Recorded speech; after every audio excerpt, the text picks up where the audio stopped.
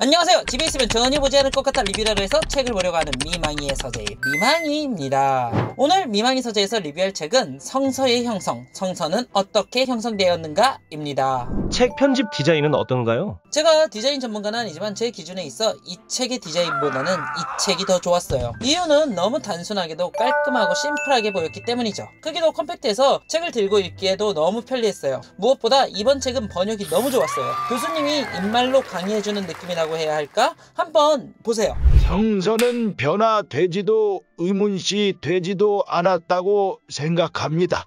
서구에서 성서는 단일한 덩어리지요. 보통 번역서를 보면 하였다, 했습니다라는 문체를 써 딱딱함을 주잖아요. 주어와 목적어도 들쭉날쭉이고요. 그런데 이 책의 번역은 요자체와 합니다체를 같이 사용해 독서하는데 너무 편안했어요. 굳이 오게티라고 하자면 오탈자 한 부분이 있었는데 이것은 그냥 제가 책을 꼼꼼히 읽었다는 것을 자랑하고 싶어서 이야기한 거였어요. 책 번역이 좋은 건 알겠는데 책 내용은 쉬운가요? 지난번 제가 이 영상에서 이 책의 단점으로 이야기한 것이 있었어요. 그건 어떤 개념을 갑자기 설명하고 그 다음으로 휙휙 넘어간다는 거였어요. 저는 이런 부분이 저자가 독자를 배려하지 않는 부분이라고 생각해요. 마치 어이 예송이 그런 것도 모르나? 이런 느낌으로 글을 쓰는 것 같죠. 그런데 이 책은 머릿말에 이 부분에 대해서 양해를 구해요. 이 책에서 구체적인 논증 없이 제시한 이야기의 근거는 위에서 언급한 두 권의 책에서 찾을 수 있습니다. 책이 짧고 가볍기에 구체적인 논증을 못한다는 것에 있어 미리 사과를 한다는 거죠. 제가 엄격한 관리자 ESTJ라서 그런지 저는 이런 부분이 참 중요하다고 생각해요. 한 문장, 두 문장밖에 안 되지만 자신 책이 가진 한계에 대해 양해를 구하는 부분. 매너가 사람을 만든다 라는 말처럼 너무 좋은 매너라고 생각해요. 또 지금 보시는 것처럼 책 중간 결론 부분에 자신이 적은 개념을 다시 정리해주는 센스까지 발휘하고 있어 독서의 난이도를 낮춰주고 있죠. 그리고 신학을 전공하지 않은 분들을 위해 어려운 신학적 용어는 뒤에 브로그로 실어 넣은 부분도 확실히 독자를 배려하는 모습이라 생각해요. 그럼 이제 책 내용 좀 알려주세요. 책의 대략적인 내용은 이래요. 이 책은 성서의 형성 과정을 4단계로 나누는데 저는 시간 관계상 3단계로 설명해 드릴게요. 사실 저자도 자신이 설명한 이 4단계가 무자르듯이 탁탁탁 나르기보다는 지금 보시는 그림처럼 어느 정도 겹쳐져 있다고 이야기했기에 3단계로 나누는 것이 이해하시기 편하실 거예요. 1단계 성서를 쓰다. 우선 저자는 성서를 누가 썼는가에 대해 이야기해요. 아니 모세오경은 모세가, 시편은 다윗이, 이사야는 이사야가 쓴 거 아니에요. 성경을 누가 썼는지 그걸 왜 이야기해요? 맞아요. 그런데 이 당시에는 작가의 활동이 지금 우리가 아는 작가의 활동과는 조금 달라요. 로마서 16장 22절을 한번 보세요. 이 편지를 기록하는 나 더디오도 주 안에서 너희에게 문안하노라. 우리는 로마서를 바울이 직접 기록한 것으로 알고 있어요. 그런데 보다 정확히 말하면 로마서는 바울이 로마교회 사람들에게 들려주고 싶은 이야기를 더디오라는 사람이 받아 적은 문헌이에요. 그래서 바울의 이야기 뒤에는 더디오 개인의 이야기가 지금처럼 나오고 있는 거죠. 그렇다면 로마서의 저자는 원소스를 제공한 바울일까요? 아니면 이걸 받아쓰고 최종 편집을 한 더디오일까요? 오늘날 기준으로 하면 원 저자와 편집자의 역할이 분담되어 저작권 싸움이 일어나겠지만 성서시대에는 이런 것에 대한 구분이 없었어요. 그래서 우리는 모세가 쓴 신명기에서 모세가 죽은 이야기에 대해 볼 수 있는 거예요. 모세가 신명기를 쓴 것이 맞지만 그가 죽음을 맞이한 이야기, 그리고 그 죽음 이후에 관한 이야기인 신명기 34장은 모세의 후대 사람이 편집으로 집어넣은 것이죠. 그렇다고 여기에 있어서 그 누구도 신명기 34장은 모세가 적은 게 아니니까 신명기는 모세의 작품이라고 할 수 없는 거야. 라고 하지 않는다는 거죠. 비록 모세가 신명기 34장을 쓰진 못했지만 이 당시 글을 읽는 사람들 모두 신명기 34장도 다른 신명기와 동등하게 취급을 하면서 모세의 작품으로 읽었다는 것이죠. 즉 저자와 편집자에 대한 구분이 없었던 것. 이것이 성서시대의 글쓰기 방법이었어요. 2단계 책을 모으다. 여러분들은 언제 성서가 지금의 형태처럼 만들어졌다고 생각하세요? 최소한 예수님이 오시기 바로 직전쯤까지는 이런 형태의 성서는 가지기 힘들었어요. 지금 보이시는 이 책처럼 한 권 따로 보유하고 있었던 것이 성서시대의 책 보관법이었어요. 그런데 자세히 보시면 이 책에 신약이 3권부터 없잖아요. 아직 나오지 않아서예요.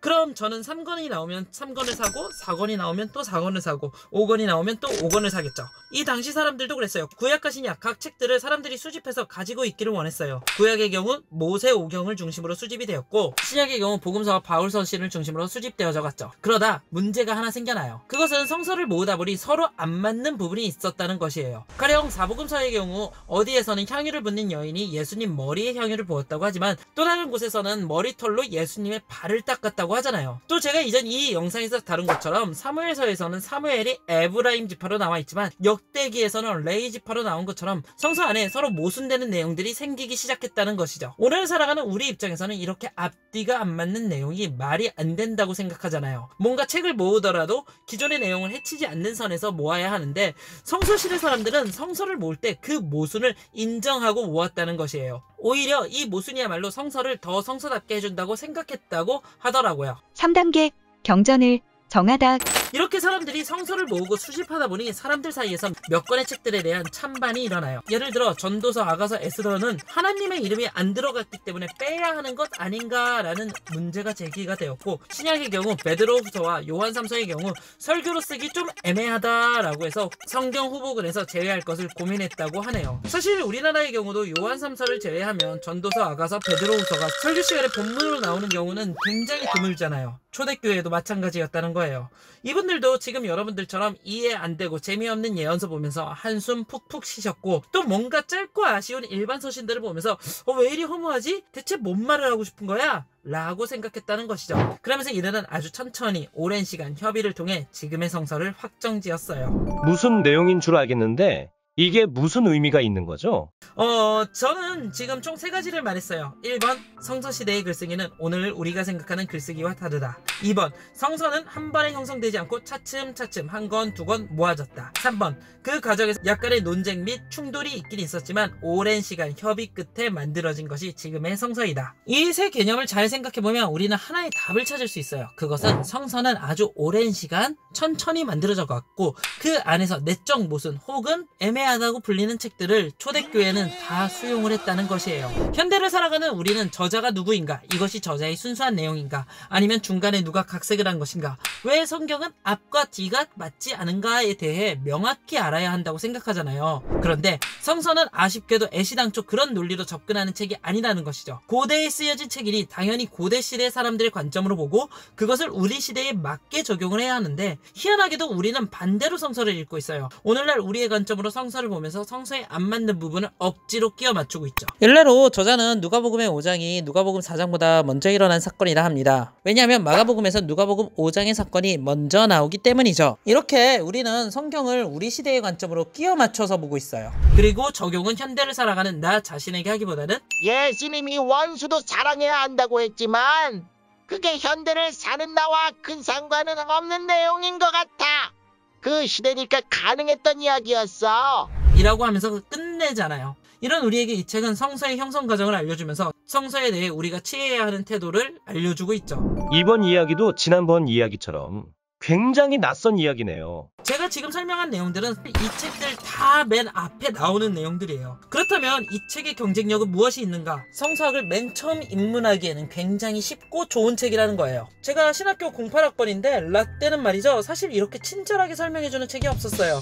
그냥 교수님들이 이런 책들 알아서 요약해오라고 하고 수업 시간에는 정작 본인들 옛날 이야기들만 하시다가 가셨어요. 문제는 고등학교를 갓 졸업해서 입학한 20살의 신학생들 혹은 은혜 받아서 신학교에 오신 권사님, 집사님들에게 이런 책들은 읽기가 너무 어렵다는 거죠. 굳이 비유하자면 중1 수학을 모르는 사람에게 고1 수학을 가르치는 개념이라고 해야 할까요? 당연히 많은 신학생들이 아무것도 모르는 자신들에게 대뜸 이런 책을 읽으라고 하니까 성서학을 자연스럽게 포기하거나 나 안 풀어. 이런 거 안 나올 거니까 말을 내. 혹은 뭔 말인지 하나도 모르겠고 우선 리포트로 나왔으니 그냥 대충 요약이나 해서 내자. 이런 형식으로 요약을 하고, 그리고 졸업 후에는 그 내용을 싹 다 날려버렸죠. 그에 반해 이 책은 작고 얇으며 또 성서학에 기초되는 내용을 최대한 쉽게 설명해주고 있어 신학을 전공하지 않으신 분들 혹은 성서학에 맨 처음 입문하시는 분들의 난이도에 맞게 적혀져 있어요. 물론 비신학 전공자들이 알기 어려운 용어, 음소문자, 큐문언집, 양식비평, 위명성, 회람편지, 제2바울사신, 신명기 저자, 마르키온 등과 같이 어려운 용어가 나오긴 해요. 그런데 처음 읽을 때는 우선 그것을 무시하고 그냥 다 읽으세요. 다 읽으신 뒤에 브록에 나온 것들을 하나씩 보시고 그 뒤에 다시 한번 책을 독서해보세요. 이와 같은 과정을 2번에서 3번 정도 반복해 보신다면 제가 봤을 때 비신학 전공자도 이 책의 80에서 90%의 내용은 소화할 수 있어요. 책에 대해 최종 평가를 해주세요. 성서학의 기초를 다지기엔 정말 좋은 책이에요. 번역도 쉽게 잘 되어 있어요. 어려운 영어가 있긴 하지만 2번에서 3번 반복해서 읽으신다면 누구든 충분히 소화할 수 있는 좋은 책이에요. 성서가 무엇인가에 대해 의문을 한 번이라도 가져보셨다면 주저 말고 질러보시는 걸 추천드릴게요. 이것으로 GBS는 전혀 보지 않을 것 같은 리뷰단에서 책을 보려고 하는 미망이의 서재 성서의 형성, 성서는 어떻게 형성되었는가 리뷰 마치도록 하겠습니다. 감사합니다.